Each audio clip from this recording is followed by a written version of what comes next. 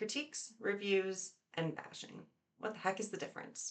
Welcome to my channel. I'm an independent author with two pen names, TR Sloth for all things dark, gory, and depressing, and Margot Primrose for all things romantic and swoon-worthy. Two pen names, two genres, two Instagrams, two websites, one YouTube channel, because here we're going to talk about anything and anything affecting the bookish community and maybe some publishing advice. Let's get started. Critiques are often far more involved than reviews. They go through basically anything and everything that they would have changed in the book, anything they didn't like, anything they think changing the book would have made it better. So they really focus on improvement, and I don't want to say the negative because it's not always the negative, that they're just expressing their opinions on what would have made the book better. And that's not always a negative thing, especially depending on how it's done. Reviews are, when I think of reviews, I think of just anyone and everyone, public forum, just expressing whether or not they enjoyed something. I mean, not every review is like that. Some reviews are definitely more on the critique level. But let's get into the nitty gritty a little bit, okay? And I apologize in advance if I sound funny or if I have to clear my throat a lot. I'm going to do my best to edit all of that out. I am still sick. I've been sick for about 2 weeks now, and it's driving me nuts. But I am out of content that I have pre-recorded, so here I am. All right, so there are a lot of bloggers and vloggers who have made a name for themselves critiquing books, and honestly, I think that's great. There's a lot of readers out there that like the more involved and more in-depth analyses of books, and they don't want to just go off of whether or not someone enjoyed the book. They want to go off of the plot, the structure, and the writing style, and they have people that they follow. They have bloggers and vloggers that they follow that they trust, and honestly, if you're one of these people, that's great. Fantastic. Good for you. You're doing a good service to the book community. These differ from reviews in that reviews are often a lot shorter. Not always, but a lot of the times they're a lot shorter. And oftentimes they are also based more on the entertainment level of the book, because books are media and they are foremost designed to entertain, especially novels, genre fiction. Definitely entertainment factor is taken into consideration by the majority of readers on public review forums. Now, that doesn't mean that anyone who's reviewing a book can't offer criticism. They can't pick out things that didn't work. They can't say that, like, the plot sucks. They can, and they do. But reviews are often a lot shorter and just done on public forum like Goodreads, Amazon, sometimes their own Instagram feeds. When I think of critiques, I think of people who have dedicated blogs or vlogs where they just go through and they have a very structured system of going through each aspect of the book. Now, there comes an issue when individuals who write these in-depth critiques and analyses of books are not part of an author's team, but they still feel the need to reach out to the author, and they feel entitled to the fact that the author would change all of their books or this specific book based on their feedback. Now, here's the problem. Authors have a very specific team of people that they work with, as they should. It's for a good reason. It's partly because, well, if you get too much advice from too many different people, you're going to have a lot going on in your head. You're not going to be able to pick out what you like, what you don't like, or what sticks to your story. It's not even just, oh, I personally, as the author, want this. Sometimes it is that. Sometimes it's, well, if I change this, this changes the entire aspect of the story. So authors can and should be very choosy about who they work with. Not every book is for every reader, and they want to make sure that they're working with people who respect their view for their book, respect the themes, and they respect the story that they're trying to tell and tell it in their own way. And they also, a lot of times, they pull people up from the industry that are professionals. And this is another really big point. I'm not saying that anyone and everyone who writes a critique blog or in-depth reviews is not a professional and that you should ignore their opinion. That's absolutely not the point. The point is that authors handpick these individuals. They handpick their editors, their beta readers, their critique team to work with pre-publication. I've found this out the hard way. There's a lot of people on the internet, when you are an indie author, who will come to you and say, hey, I'm an editor. Well, no, they're not. They've never been trained. They just have an eye for grammar and strong opinions. And that's part of the reason why authors can and should be very choosy. So if you're watching this and you're a new author, take that to heart. Be picky about who you take criticism from. And the other part of this is there's a saying that I take to heart whenever I read negative reviews of my own books or whenever I'm looking for someone to help me with my books.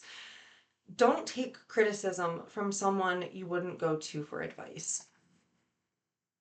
That's a really important quote. And I think more authors, especially new authors, need to think about that very carefully and very really take it to heart because there's people out there. Not every book is for every reader. Everyone is going to have different opinions. Okay.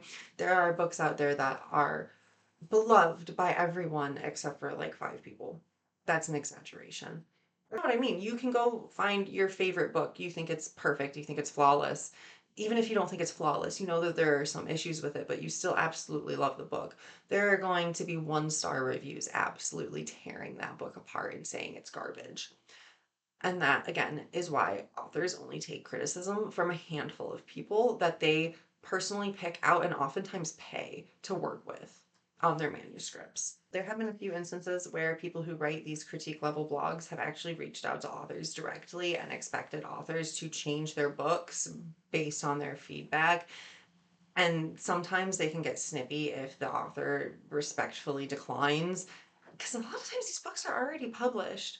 If you have any idea how much work it goes into getting a book published and promoting it, and how much of a pain it would be to do huge overhauls like that after the book is published, I don't think these people would actually be reaching out to the authors because it's kind of an awful insinuation. Now, you don't have to like the book. That's fine. You can write those critical reviews, keep doing it. People like them, but I would discourage you from reaching out directly to the author about cough drop time. Mhm. In addition to this, reviews are public. They're necessary and they're part of any book's PR system. Most people aren't going to pick up a book if there's no reviews for it. They don't want to spend their hard earned money, they don't want to spend their precious free time reading a book if they know nothing about it and if they know nothing about public opinion about it. Public opinion is very strong, okay?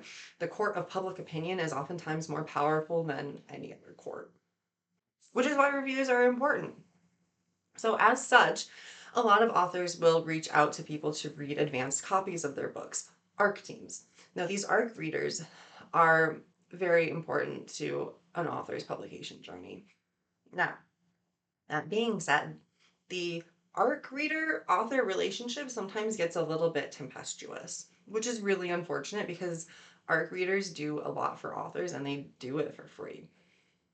They put their trust in authors to read a book before it's published. They put their trust in authors that they're going to give them a halfway decent product for them to read and be entertained. And they're also putting their trust in the authors that they're not going to harass them after they post a review, even if it's not favorable. Unfortunately, I'm sad to say it doesn't always happen. It should be like that. It should be you give them the book and then let them do their thing. Doesn't always happen. Now, on the flip side, there are ARC readers who get a little bit too big for their britches and will reach out to the authors and tell them, here's everything I think you need to change about your book, even though it's publishing next week. I've seen this happen. I've had this happen to me personally. I've seen it happen to other authors. Other authors talk about it all the time on their social medias. I was watching a YouTube video about publication and editing process, and this person was commenting on the video, and they had this very long story that they were very passionate about. Essentially, what happened was is this person, this commenter, they were an ARC reader and they read a book and they didn't like it, which is fine. It happens. It's okay. But here's where the issue came in. They wrote a several page email critiquing the book, telling the author everything that they needed to change, and emailed it to the author. So they basically they went to the author and they were like, so yeah, this is everything that I think you need to change in your book before it publishes. Mind you, ARCs usually go out at most 3 months before the book is publishing. Sometimes it's weeks before the book is publishing. And this commenter continued their story saying that this author replied to them basically saying, thank you for your response. Unfortunately, it's too late to make any of these changes or something along those lines. This commenter was livid. They said that the author was being stuck up and unreasonable. and they were just ranting about them in this YouTube comment. Well, I hate to break it to this person, but that author was right. And depending on how true their comment was, the author handled it very graciously and very well. Because it's always hard as an author when someone comes at you like that when you're not expecting it. No, if you go onto a critique website, you're expecting it, right? And I don't really, I don't encourage authors to do that and read those in-depth critiques of their own books. I encourage authors to find people to work with before publication to do that instead. But here's the thing with this ARC reader and other ARC readers who have done this, at that point in the publication process, you've gone through sometimes alpha and beta readers and critique partners. Not always all three of them, but usually at least one. And then you have editors, several editors, okay? A lot of times you have more than one editor working on a book. Again, not always, but there's different levels of professional editing, and not every editor does every level of professional editing. So sometimes you have multiple editors. These are not cheap. They can be thousands of dollars, okay? So by this point in time, this author has spent months honing their book and working with other people to perfect their book as best as they can. And they have spent thousands of dollars working with professionals that they have hand chosen to get their book where they want it to be, to tell their story the way they want to tell it and keep the themes and everything else the way that the author originally intended. So, yeah, no, by the time it gets to ARC reading, it is too late. And I hate to break it to that ARC reader. I'm sure they put a lot of time and effort into that email and thought they were the bee's knees for their feedback. But it doesn't work like that, unfortunately. So ARC readers are very important, but they're not part of the critique team. They're not part of the pre-publication editorial team. And that's where some of the fuzziness kind of comes in. I've seen ARC forms that authors put out and they say, hey, email me if you see any typos or edits that you need, which maybe for minor typos, I can get it. But that's not the point of the ARC team. The ARC team is not being paid to edit your manuscript. They're being given a free product and asked if they could please take time out of their day to read and review it and maybe post about it on social media. ARC reviewers are not editors. They're not critiquers, they're not editors, they're not beta readers. So it's coming from both sides, and authors need to respect that ARC readers are not their editors, and ARC readers need to understand that they are not that author's editors. No, sometimes ARC books are not fully proofread yet, and they're still undergoing some edits and some changes, some like minor tweaks right before publication. And I think sometimes people don't always know that, so they'll be like, oh hey, this didn't make sense, there was a typo on this page and this page and this page. A lot of times those typos are being combed through again by the author, because let's face it, no editor is getting 100% of typos. It's impossible. I think there was a statistic out that even the most experienced editors have a success rate of like 95%, I think it was. So yeah, typos are going to get missed. Calm down. We're working on it. In that same vein, there was an incident recently where professional editors were reading books that had been on the market. Some of these books had been on the market for 10 years. They read the books and then they took it upon themselves to send a detailed, multi page email to the author telling them everything that they think should be fixed. And their excuse for this was, well, I'm an editor. That's great, hon. This book has been out for 10 years. They're not making these changes. They're just not. And if you are so, if being an editor is taking up so much of your life that you can't read a book and enjoy it, I am honestly sorry for you, because that must be miserable. But at the same time, people grow as they write more books. So especially if this book has been out for 5 or 10 years, that author likely hates that first book. Okay, not all authors hate their old books, but a lot of them do, because they go back and they reread it and they go, wow, I made a ton of mistakes. This is horrible, because they're comparing it to their however many years of publishing and writing experience that they currently have. And the other thing too is that this editor, I mean, you're not being paid to work with this author. You're not being paid to fix this book. You bought this book as a product. Now, if you don't like it, that's fine. Leave a negative review. You're allowed to do that. You're encouraged to leave reviews after you finish reading a book, even if they're unfavorable, okay? I'm not saying that this editor has to like this book or any editor that reads a book has to like it. That's not it at all. I'm just saying if you're not on the author's team, maybe you should think twice before sending them a very long, ranting email. No, I want to reiterate again. I feel like I have to say this because it's the internet and people don't really listen to nuance on the internet, right? So, again, I'm going to reiterate you're allowed to not like a book, okay? You're allowed to leave a bad review. You're allowed to hate a book, okay? You're allowed to just absolutely hate it with every fiber of your being. You're also allowed to love books. Even if they're not popular, if they are popular and vice versa, like what you like, hate what you hate, but don't shame other people for their preferences. No. Every single book is going to have bad reviews and good reviews. There could be a book that you absolutely love, again, has bad reviews. It's because not every book is for every author. I'm sorry, you guys, I'm really sick. Not every book is for every reader, and that's okay. Some readers like it when books start out slow and steady. Some readers hate that. They want it right in the middle of an action scene, right in the middle of a battle or whatever. Some people want to read for a little bit and get to know the characters before all that happens. Okay. Some people love purple prose and really in depth, involved, flowy descriptions. Some people hate that. So, again, I'm reiterating not every book is for every reader, and that is okay. You are allowed to write bad reviews, you're allowed to write in depth critiques. What I don't like is bashing. What is bashing? Why is that different than writing a bad review? Well, bashing is when you read the book, you decide you hate the book, you write a bad review, and you keep bringing it up. You can't just let it go. And you see this a lot, especially with more popular books. I'm going to do a separate video on that because sometimes it is popular to hate popular things, you know? But the problem becomes is when you can't just say, "Oh, I read a quart of whatever and didn't like it." The problem becomes is when you bring it up constantly. And I have seen other authors do this to the point where they're saying things like, "Oh, well, if this book can get published, then clearly I can get published." I'm like, "Oh my God, no." And that's their whole marketing. Every single one of their marketings is about, well, if people liked this piece of trash, they should love my book.